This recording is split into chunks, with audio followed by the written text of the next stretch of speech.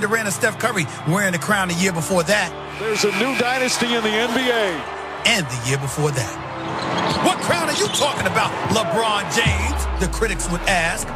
Where is it? Evidently, they were never listening to James at all. I would not stop until I see real change. They didn't know championships had paled in comparison to the man he was determined to be. The man that he is. From the passing of Kobe Bryant to a global pandemic. From the stoppage of the NBA season in March to the killing of George Floyd in May that even threatened to halt the NBA season completely. The hope and expectations never departed from the doorsteps of LeBron James. They just morphed into obligations, demands. Don't forget Kobe, LeBron. Speak out, LeBron. Breonna Taylor, LeBron. Justice for Breonna Taylor. Time and time again, the expectations never faded. They elevated. Seemingly in some kind of subliminal way, just to make this mountain of a man crumble to his figurative knees.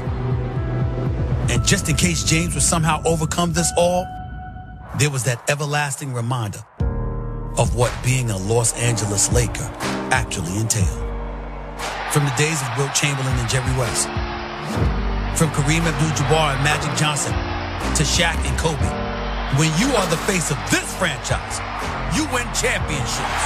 The Lakers repeat. Or you're a failure, period. Most folks don't spend their careers, their lives, dealing with such enormous expectations. So as the clock ticks on a year we all can't wait to be over, just think of all James had to endure, the sadness and heartbreak that came with it, how it all deteriorated into turmoil and disbelief. Yet in the end, James stood tall. This historic 2020 NBA championship belongs to the Los Angeles Lakers. With the latest crown, his fourth, hovering over his head. His sport, this world, LeBron James' life in 2020.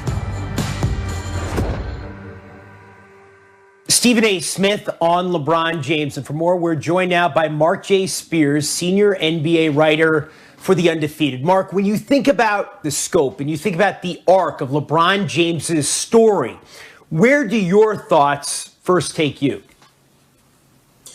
Well, I mean, with all due respect to the Heat and to the Cavaliers, I think winning a championship with the Lakers just takes everything to a much higher level.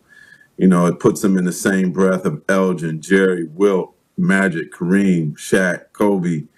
You know, he lived up to all the pressure of wearing that Lakers uniform, which is probably as great a pressure as he's had in his career.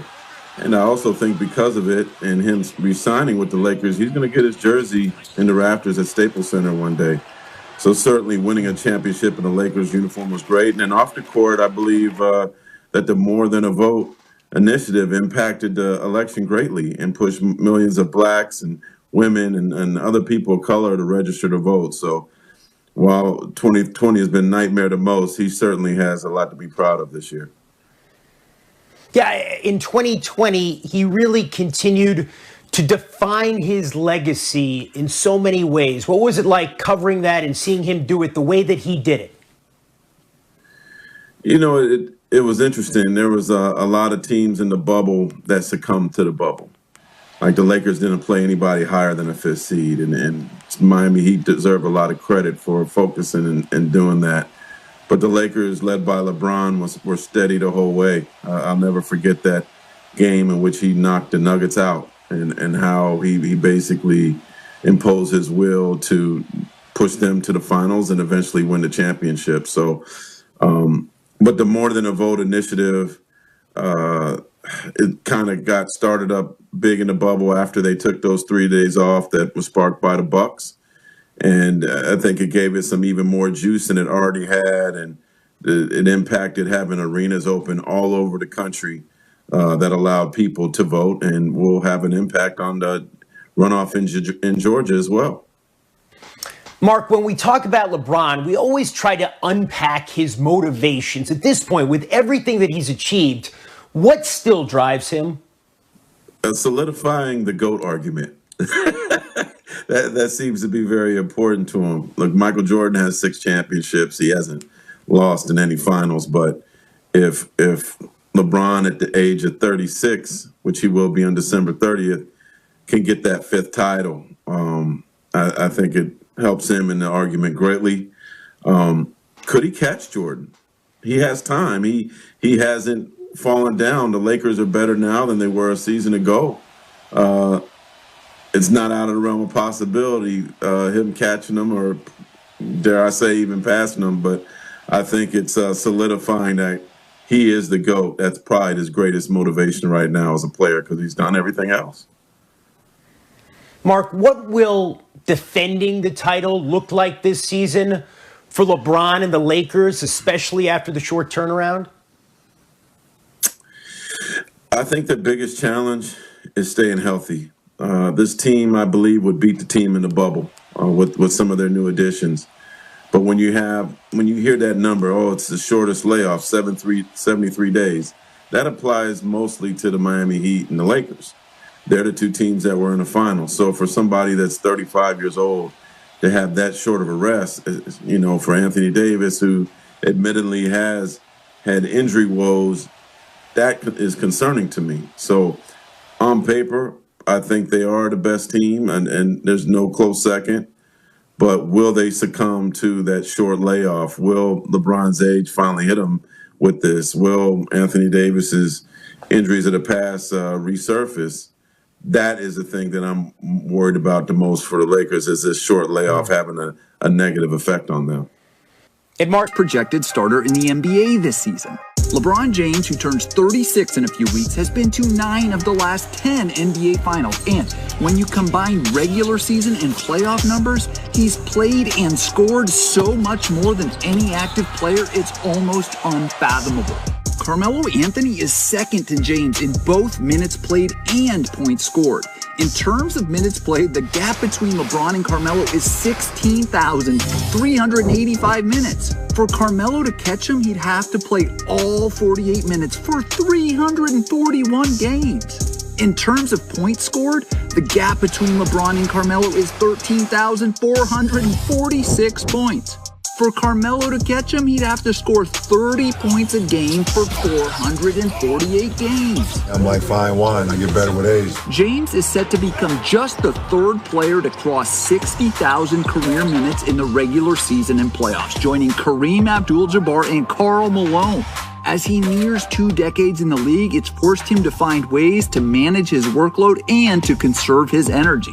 In the age of load management, it isn't that LeBron is missing more games, he's load managing during games. According to Second Spectrum, James was one of the slowest players in the bubble. Throughout the playoffs last season, James' average speed on the court was just 3.59 miles per hour, the third lowest such figure among the postseason's most active players. He rests and conserves his energy so that when he decides to hit the turbo button, he still has this gear at his disposal. Oh, blocked by James! LeBron James with the rejection! The combination of his mileage and the shortest offseason of his career could mean more rest than ever for James this season. How will he manage his workload as we head into 2021? If I'm healthy, then I'm going to play. If coach sits me out, then I'm not healthy.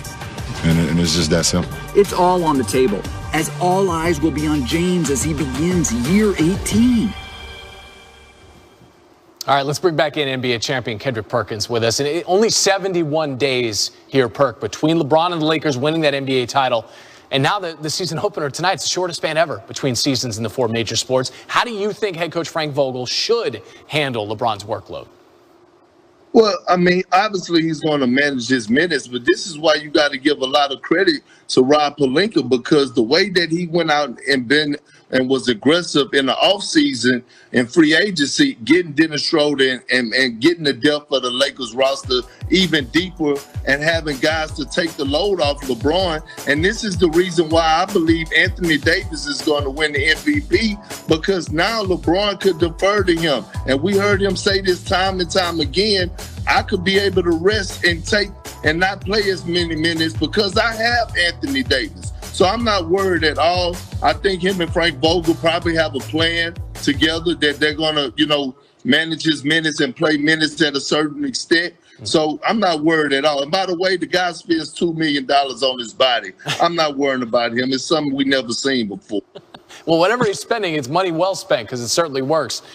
Meanwhile, the Lakers, we mentioned Frank Vogel. He's the senior basketball head coach there in Los Angeles. Clippers have a new bench boss in Ty Lue after blowing that 3-1 lead to the Nuggets in the playoffs. How close, Kawhi Leonard, Paul George, this Clippers team, how close are they to contending with the Lakers? It's laughable. They're not close at all. They're not even a top 5 team in the West. And I love Coach Ty Lue, but the Clippers should have done what the Lakers did in free agency. They were not aggressive at all. And if you think Kennard is the key and the answer that's going to get them over the hump, they're missing it. Because right now, the Clippers are not well put together. I thought they dropped the ball in losing Montrezl Harrell. They lost a lot of key pieces, and I just don't see the Clippers being a top 5 team in the West. I wasn't sure if Luke Kennard was going to make the show, but he did. Yeah, he did. He did make the show for all the, I don't know if he likes all the wrong reasons. Kendrick Perkins says the Clippers are not even a top 5 team in the West. Meanwhile, Clips and Lakers, they split their 4 meetings last season. We'll see. Tonight's tip, 10 Eastern. Kendrick, thank you, sir. Perk, do the laugh again.